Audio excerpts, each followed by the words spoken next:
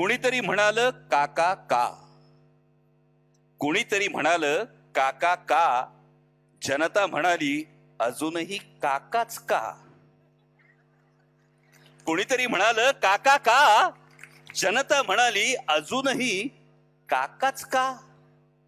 पक्ष मिळाला, चिन्ह मिळालं, सगळं मनासारखं झालं, तरी अजूनही काका का. काका बोलवता धनी पुरेपूर जाणतो.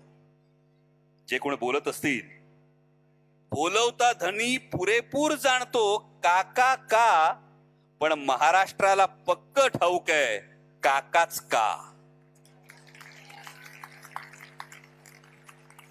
कारण काका फक्त माणूस नसतो, कारण काका फक्त माणूस नसतो, काका फक्त नेता नसतो. 50 वर्ष महाराष्ट्राच्या मातीतून, 50 वर्ष महाराष्ट्राच्या माणसातून वाहणारा काका एक विचार असतो. सर्वसामान्य शेतकरी, युवक, महिला प्रत्येकाला, सर्वसामान्य शेतकरी, युवक, महिला प्रत्येकाला मुजोर व्यवस्थेला का हा प्रश्न विचारण्याची तो ताकद देतो.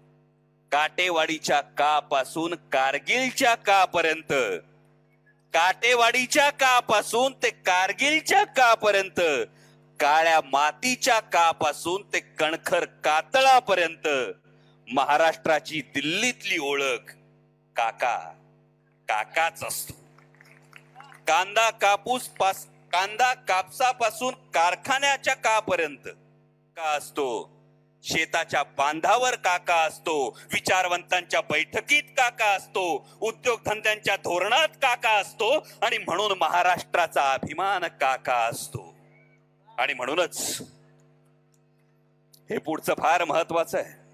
हे का होतं, का घडतं हे समजून घेण्यासाठी पुढच्या ओळी फार महत्वाच्या आहे. शेताच्या बांधावर काका असतो, विचारवंतांच्या बैठकीत काका असतो, उद्योगधंद्यांच्या धोरणात काका असतो, महाराष्ट्राचा अभिमान काका असतो. आणि म्हणूनच दिल्लीला महाराष्ट्राला झुकवण्यासाठी काका हवा असतो. आणि म्हणूनच दिल्लीला महाराष्ट्राला झुकवण्यासाठी काका हवा असतो. आणि महाराष्ट्राला स्वाभिमानानं लढण्यासाठी काकाच हवा असतो. म्हणूनच काका का हा प्रश्न जरी कुणाला पडतो, तरी का काका आणि काकाच का हे स्वाभिमानी महाराष्ट्र पुरेपूर जाणतो. हे स्वाभिमानी महाराष्ट्र पुरेपूर जाणतो. धन्यवाद. जय शिवराय. आपणा सर्वांची रजा घेऊन पुढल्या कार्यक्रमाला निघतोय. पण पुन्हा एकदा भावनाताई, रोहिणीताई, आपलं मनापासून अभिनंदन करतो इतक्या देखण्या कार्यक्रमाबद्दल. आणि ही जी तुम्ही सगळ्यांनी ही शक्ती दाखवली आहे, या शक्तीनं लढण्याची एक उमेद, लढण्याची एक प्रेरणा ही कायम मिळत राहील. याबद्दल मनापासून आपला आभार मानतो. धन्यवाद. जय शिवराय.